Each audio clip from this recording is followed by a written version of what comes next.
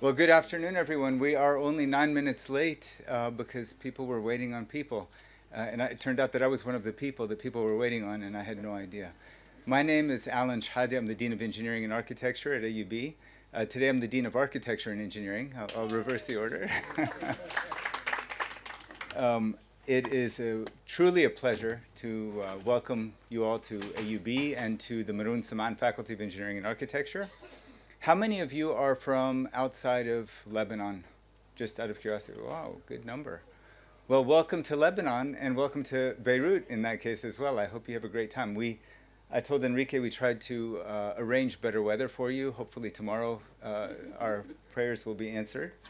It is really wonderful to be here again. This is the 19th City Debates, from what I understand. If I'm not mistaken, there was 1 year that we missed. Is that correct? We did it closed door. Closed door, okay. So it's not really the 20th anniversary, it's the 19th anniversary. Well, welcome to the 19th City Debates, everyone. I will get off this podium in just a second, but I'll say a few words. There's a lot of feedback here. Is Sato around? Okay, you got it? Thank you.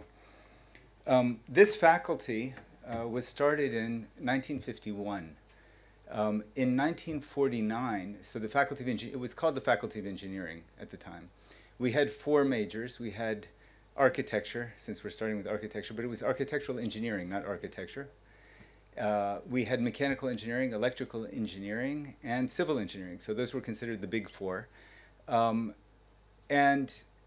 the faculty was founded a couple of years after the US State Department recognized the resources in the Middle East as being a stupendous strategic asset. And they were talking specifically about the oil. And Dean Acheson wrote a memo to President Truman stating that we need to essentially prop up the Saudi government with $10 million a year for 5 years to stabilize them while our companies come in and take over and develop the oil resources, which would be a stupendous, not only a source of money, but also a source of power in the region. So about 3 years after Dean Acheson wrote that memo to Truman, the Standard Oil companies of New Jersey, of California, of Texas, so that's SoCal, Texaco, also Mobil, they came together and formed Aramco. And at the same time that they formed Aramco, they came to the American University of Beirut on a visit, not only for the nice weather, but because they said, we need talent. We're going to develop these resources in the Gulf, and we need talent. And there's no better university, really, to provide that talent than the American University of Beirut. So we're going to start an engineering school at your university if you guys accept. And the president of AUB at the time accepted, of course, and we started this university. We started this school. 2 years later, we broke ground. That was the fastest the American University of Beirut has ever done anything. So from a memo in 1945 to breaking ground, and I still use that as an example with the upper administration, that we actually do know how to do things fast if we want to. Now, that's not the point of the story. The point of the story is that we had a purpose, and the purpose was clear, and this faculty eventually produced more wealth, I would say, than any other educational institution this side of the Atlantic. So I'm including England in that, and you can look up the numbers. Now, that's not only, that's a source of impact for sure, but it's not these days the kind of impact that we were hoping to have if you think about the deeper purpose of a university. So now we're working on undoing many of the problems that we created by developing the oil infrastructure and all the other issues that are attendant to it. Now, as AUB continued its trajectory of growth, it thought of itself increasingly as the Harvard of the Middle East. And what that meant is that we were going to train students who would be leaders, okay, individuals who would have we would give students remarkable experiences that would allow them to go on to lead remarkable careers. And we were very successful in that. As individuals, they've done incredibly well. Today, the American University of Beirut regularly ranks, it's always ranked in the top 100 for student employability in the world. It's in the first impact ratings of the QS rankings. It ranked number 33 in the world for alumni outcomes. And that's things like Your alumni are on the top, they're on the Technology Review 25 under 25. They're in the top 100 global thinkers. They're winning the Aga Khan Award for architecture, etc. So we've done extremely well. But in a way, we've lost the script also. And it's not good enough to, there's no university that's going to advertise itself to say, we have terrible student outcomes, but you should come here anyway. So for sure, we have to have good student outcomes. But that's not enough in and of itself.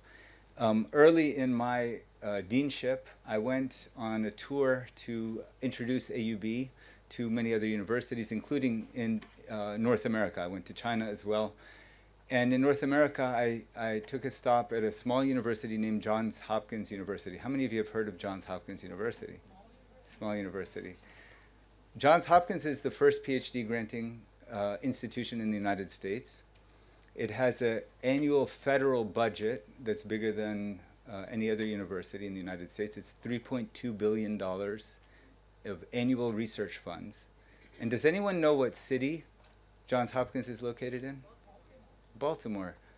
What's Baltimore known for? Is it a bastion of the future of democratic society, of really amazing living conditions, of like the place you aspire to live and aspire for your own city to look like? Well, you guys are city planners, some of you at least. What do you think? It's the city of the wire. Oh, what does that mean? It's the city of the wire. It's a series that shows you all Okay. the suburbs.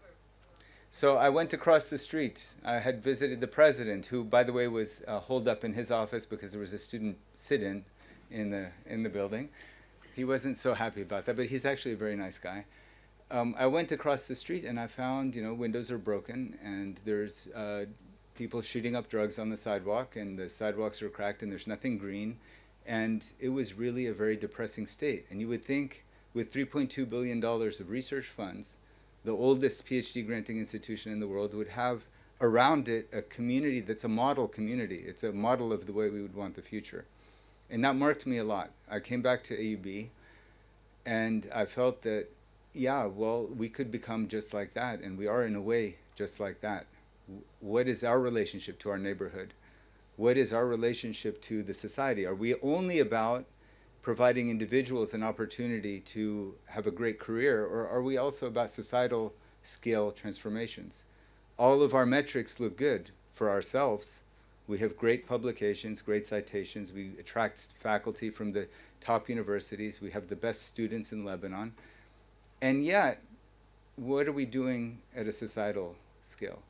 So we've done a lot to shift the narrative, to shift our priorities, to think about much more about how we engage small and medium-sized enterprises, how we can support the development of an economy, of a local, sustainable economy. And at the forefront of all of this, more than anyone else at the Maroun Semaan Faculty of Engineering and Architecture, has been really the Beirut Urban Lab and its many interventions in the city and beyond the city. And City Debates is one of those flagship events where we come together every year.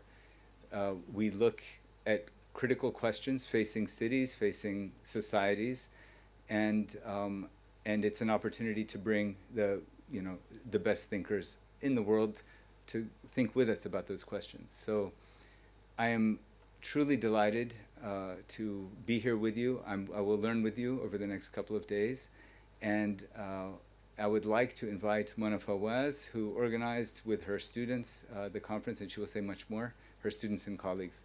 So please come on up, Mona.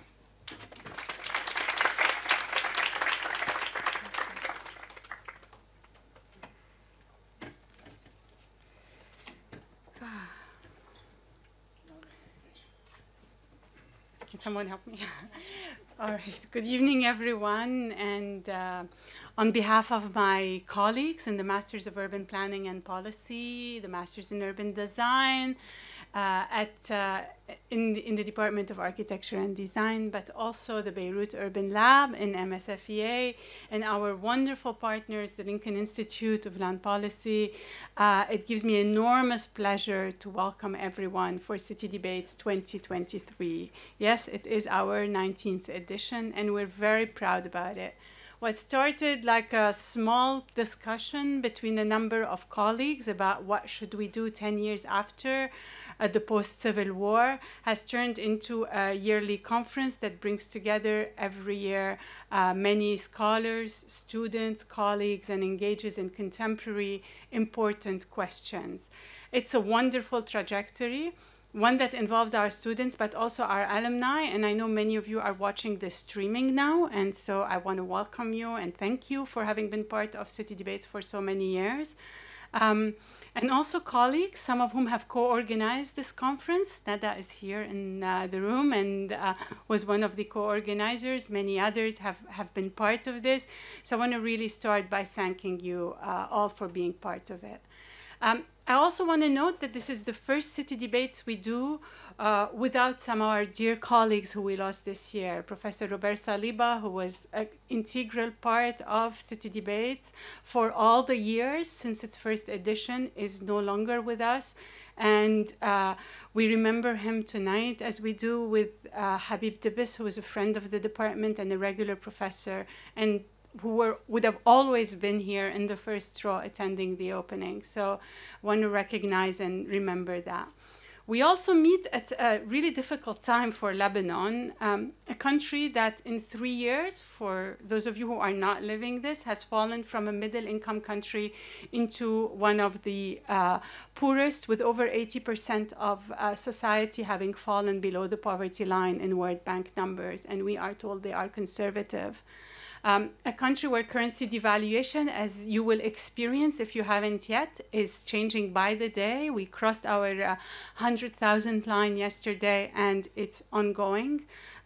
Unemployment is higher than during our years of civil war. And worst of all, talent flight, really seeing more and more of our students leaving the country, more and more of our colleagues, people we used to work with, who are going.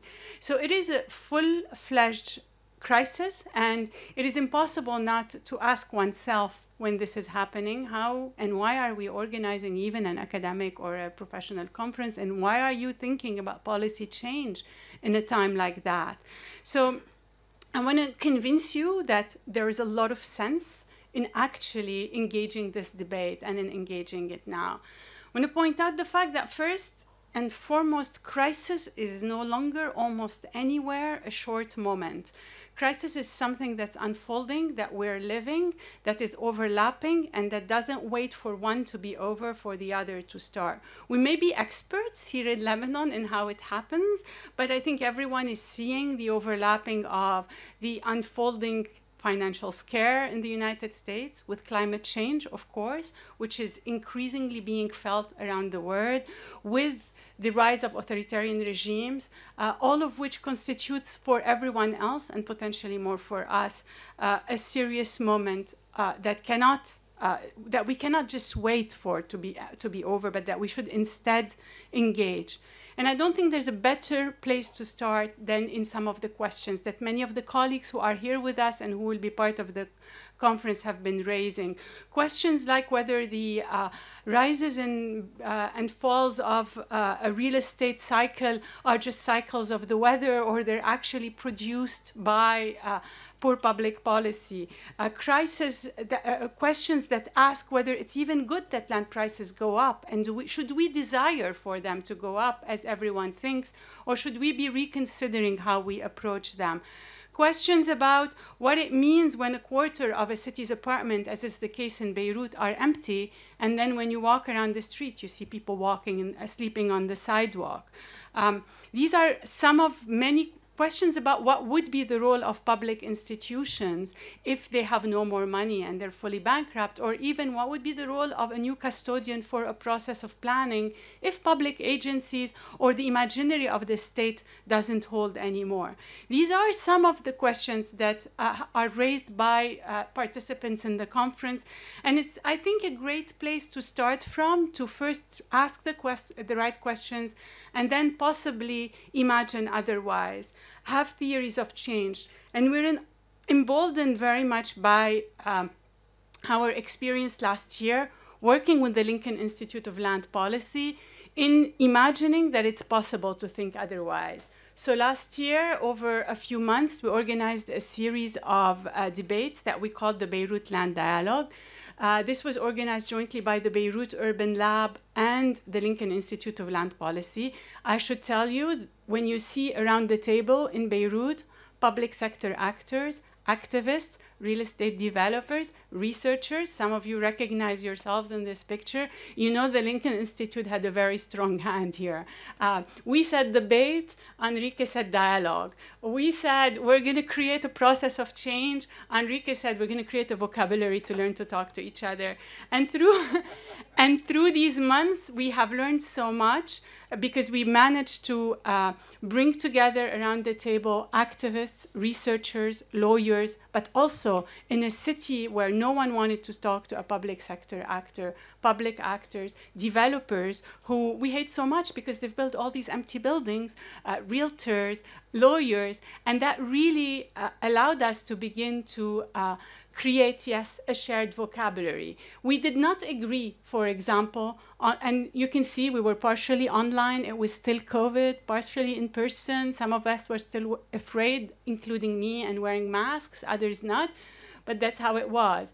And what we did is we basically began to think about, so what have we done? And if we didn't reach a conclusion or an agreement on whether land prices going up or down is good, we reached a shared map that showed how public policy vis-a-vis housing in the last 50 years has moved from being more to the left, here, older, favoring land housing issues, favoring the right to housing and the use value of land, towards going further and further to the right and favoring the exchange value of land and land basically as more and more of an asset. We did, beyond exercises, we also tried to build shared knowledge by tracing processes of how housing and land is produced and how it's taxed in Beirut, things that don't exist in the same place that we brought together through these conversations so that we get an image of how processes of permitting happen. We invited colleagues from abroad from particularly electoral and betterment contributions that inspired and allowed for a different way of, for a new conversation to start. And we ended with concrete proposals that actually actors who otherwise did not agree on things wanted to see move forward. Better law for betterment contribution, a better valuation. So very much pathways for change that would have been impossible actually if things were doing great and no one wanted to ask whether it was so good that land prices were high and everyone was selling. So we took advantage of the crisis and this moment of vulnerability to begin what we feel is very much a continuation today and in the months to come in instigating a serious, realistic, but also inspiring conversation about the possibilities of changing the way in which land is governed in our country. And I can't think of a better speaker to start us than Dr. Silva. But before I give him the floor, I need to do my typical thank yous, because City Debates doesn't happen without that, and so the Oscar rollout has to come in, and I really need to begin but I really need to thank some people without whom this would have been impossible. I want to start by thanking our department chair, Huwaid Al-Harithi, and the coordinator of the MUPP, MUD, Mona Harib, both of whom through their support, their ideas, and their energy are always making things happen in this place. Beyond that, Ahmed Gharbiye, our colleague and co-Beirut Urban Lab, designed the fantastic poster, as always, and him and many others in the Urban Lab were very supportive. I want to thank Professor Dr. Silva for really being always there in suggestions, in ideas, in recommendations about how to create a better conversation. Graduate students and undergraduate students, Wiam, Leila, Eli, Alisa, Maria Rajha, who's in charge of all this tech and is moving around the room. We need to recognize the Lincoln Institute, MSFEA, and the Open Society Foundations for supporting the event. And finally, I really need to ask you to give a hand to Abir and Antonia, who for the first time in 19 years, I did the City Debates without worrying. I actually really did the city debate without worrying. So you girls were amazing and continue to be. Thank you so much for that. There is interpretation in Arabic, if you're wondering, throughout the event. We want to make sure that we're communicating well, so please, if you feel like you need that, I think I pressed the wrong button, please, I'm trying. It's not escape. Please do. So with these thank yous, allow me just 2 minutes to introduce our keynote speaker, Dr. Enrique Silva, who I met a few years ago when I walked in his office and things were still here looking like we were in the middle of a financial boom in 2017. And I said, all the apartments are empty and we are doing everything wrong and the Lincoln Institute is doing such great things, can you help? And so that began a conversation about how we could work together.